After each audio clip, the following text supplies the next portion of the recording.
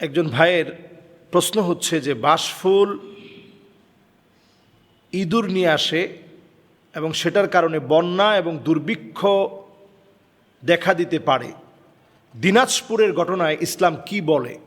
এটি আসলে ইসলাম কি বলে আমাদের জানাটা জরুরি। পাশাপাশি বিভিন্ন কল্পকাহিনী থেকে বের হয়ে আসা এটাও আমাদের জন্য অত্যন্ত জরুরি।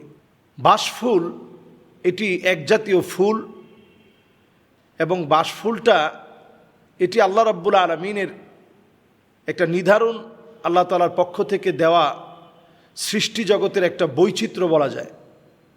কারণ যখন বাঁশফুল দেখা দেয় কিছুদিন পরেই এই বাঁশটা আর বেঁচে থাকে না, নষ্ট হয়ে যায়। আর বাঁশফুলের ভিতরে দুইটা প্রজাতি আছে, একটা বাঁশের কোনো ফুল হয় না, এটা এমনিতে এক সময় হতে হতে নষ্ট হয়ে যায়। যখনই বাঁশের মধ্যে ফুল হয় এটা খুব সহসাই হয় না, 50-60 বছর পর পর এক সময় দেখা দেয়। এই রকম ফুলগুলো যখন আসে, এই ফুল থেকে যে বীজটা বের হয় এটা চাউলের মতো। যেভাবে চাউল আমাদের শরীরে পুষ্টিগুণ বৃদ্ধি করে, ঠিক চাউলের ভিতরে যেমন পুষ্টিগুণ রয়েছে, এই বাঁশফুলের ভিতরে এমন কিছু পুষ্টিগুণ আছে। এই খাদ্য সংগ্রহের জন্যে ইঁদুর একটা সময় এই বাঁশফুলের এই বীজ নেওয়ার জন্য আসে। বীজ খেতে খেতে সে যখন তার প্রজনন ক্ষমতা বাড়ায়, একটা পর্যায়ে ইঁদুরের অনেকগুলো বাচ্চা যখন হয়, সবাই মিলে যখন একটা পর্যায়ে যখন বাঁশফুল শেষ হয়ে যায়, বীজ যখন শেষ হয়ে যায়, তখন তারা মানুষের ঘরের ভিতরে ঢুকে যায় এবং আপনার চাউল, আপনার ডাল, আপনার বিভিন্ন খাদ্য এগুলোর মধ্যে তারা বিভিন্নভাবে ক্ষতিগ্রস্ত করার চেষ্টা করে। যার ফলশ্রুতিতে দেখা যায় মানুষ অভাবের মধ্যে অনেক সময় পড়ে যেতে পারে। এর মানে এই নয় যে বাঁশফুলের কারণে ইঁদুর আসছে, ইঁদুরের কারণে বন্যা আসছে। এ কথাগুলো একেবারে কল্পকাহিনী, যার কোনো ভিত্তি ইসলামে নেই। এবার আসুন আল জামিউস সগীরে জালালউদ্দিন সুয়ুতি আলাইহির রাহমা, তিনি চমৎকার একটি হাদিস এনেছেন ঠিক এই বিষয়ে। মান রাদ্দাতহু তিয়ারা আন হাজাতিহি ফাকাদ আশরাকা, যেই লোকটা মনে করবে এই বিষয়টা মনে হয় আমার ভাগ্য পরিবর্তন করে দিবে, এই বিষয়টার কারণে মনে হয় দুর্ভিক্ষ আসবে, এই বিষয়টার কারণে মনে হয় বন্যা আসবে, এই জাতীয় চিন্তা চেতনা যখন কারো মধ্যে প্রবেশ করবে, নবী আলাইহিস সালাতু ওয়াস সালাম বলছেন লা তিয়ারা ফিল ইসলাম, লা তিয়ারা ফিল ইসলাম, লা তিয়ারা ফিল ইসলাম। ইসলামে অলিক কল্পকাহিনী, এটার কারণে এটা হতে পারে, এটার কারণে এটা হয়েছে, এই জাতীয় বিশ্বাস করতে রাসূল বারবার নিষেধ করেছেন। অন্য হাদিসের ভিতরে নবী আলাইহিস সালাতু ওয়াস সালাম বলেন আত-তিয়ারাতু শিরকুন, প্রচলিত এই অলিক কাহিনী অথবা আমরা যেগুলোকে মনে করি যে এটার কারণে এটা হচ্ছে, ভিত্তিহীন এই ধরনের চিন্তাগুলো, এগুলো মানুষকে শিরকের দিকে নিয়ে যায়। আত-তিয়ারাতু শিরকুন, আত-তিয়ারাতু শিরকুন, আত-তিয়ারাতু শিরকুন, এরকম ভিত্তিহীন কল্পকাহিনীগুলা মানুষকে শিরকের দিকে নিয়ে যায়। নবী আলাইহিস সালাতু ওয়াস সালাম তিনবার এক হাদিসের মধ্যে তাকিদ দিয়ে নবীজি বলেছেন।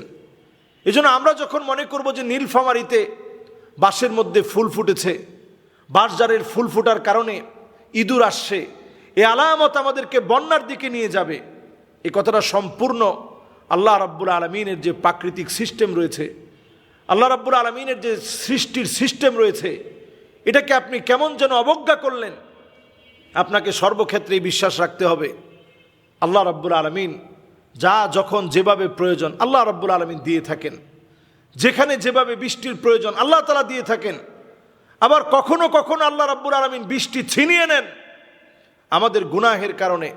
আবার কখনো কখনো বৃষ্টি এত পরিমাণ হয় যেটা বন্যার কারণ হয়ে যায়।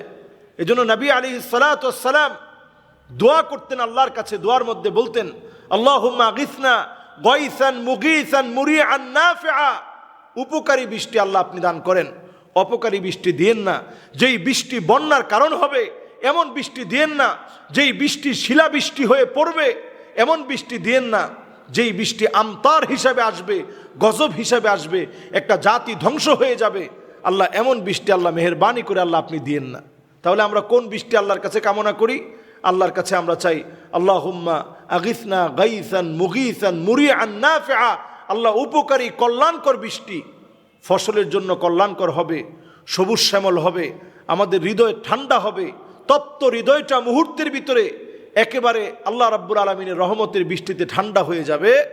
এমন বৃষ্টি আল্লাহ আপনি আমাদেরকে দান করেন। এরপরে যখন অধিক বৃষ্টি শুরু হয়ে যেত, নবী আলাইহিস সালাম আবার দোয়া করতেন, আল্লাহুম্মা হাওয়ালাইনা ওয়ালা আলাইনা, আল্লাহুম্মা আলাল আকামি ওয়াল আজামি ওয়াল যারাবি ওয়া বুতুনিল আউদিয়াতি ওয়া মানাবিতিশ শাজার। আল্লাহ যত বৃষ্টি আমাদেরকে দিছেন আমাদের জন্য যথেষ্ট হয়েছে। আল্লাহ আমাদের পাশের যেই লোকগুলো আছে যাদের বৃষ্টির প্রয়োজন, বিভিন্ন মালভূমি, বিভিন্ন সবুজ শ্যামল পাহাড় পর্বত, এই সমস্ত জায়গার ভিতরে আল্লাহ আপনি বৃষ্টি দেন। আমাদেরকে যত বৃষ্টি দিয়েছেন আল্লাহ আমাদের জন্য যথেষ্ট হয়েছে।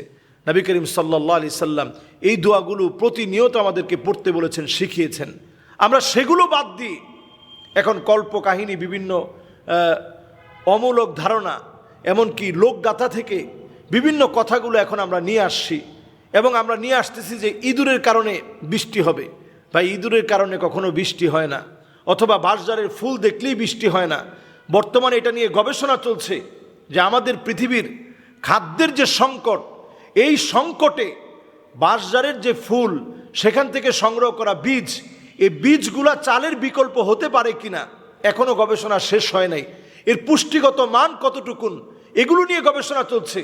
আমরা এগুলো না করে হঠাৎ করে একটা অমূলক ঘটনাকে ভিডিও আকারে আমরা ছড়িয়ে দিচ্ছি, আমরা নিউজ আকারে ছড়িয়ে দিচ্ছি, সোশ্যাল মিডিয়াতে এটা নিয়ে ভাইরাল করে ফেলতেছি যে এই যে এখন বাঁশঝাড়ে ফুল দেখা দিয়েছে, এখন ইঁদুর আসবে, ঘনাঘটা বাড়বে, এবং এই ইঁদুরের ঘনাঘটার কারণেই একটা সময় দেখা যাবে বন্যায় কবলিত হবে, পানি বেড়ে যাবে, বৃষ্টি বেড়ে যাবে। এই জাতীয় কথাগুলো যখন আমরা প্রচার করি, আমরা অবশ্যই আল্লাহর কাছে তওবা করা উচিত। এবং এই ধরনের শিরকের কারণে আল্লাহ তাআলা রাগান্বিত হবেন, আযাব আসবে। আযাব গজব থেকে বাঁচতে গুনাহ ছাড়তে হবে। এই অমূলক ধারণা, এটা একটা শিরকি ধারণা, এই ধারণা থেকে আমাদেরকে বাঁচতে হবে। আল্লাহ তাআলা আমাদেরকে তৌফিক দান করুক। আসসালামু আলাইকুম ওয়া রাহমাতুল্লাহি ওয়া বারাকাতুহু।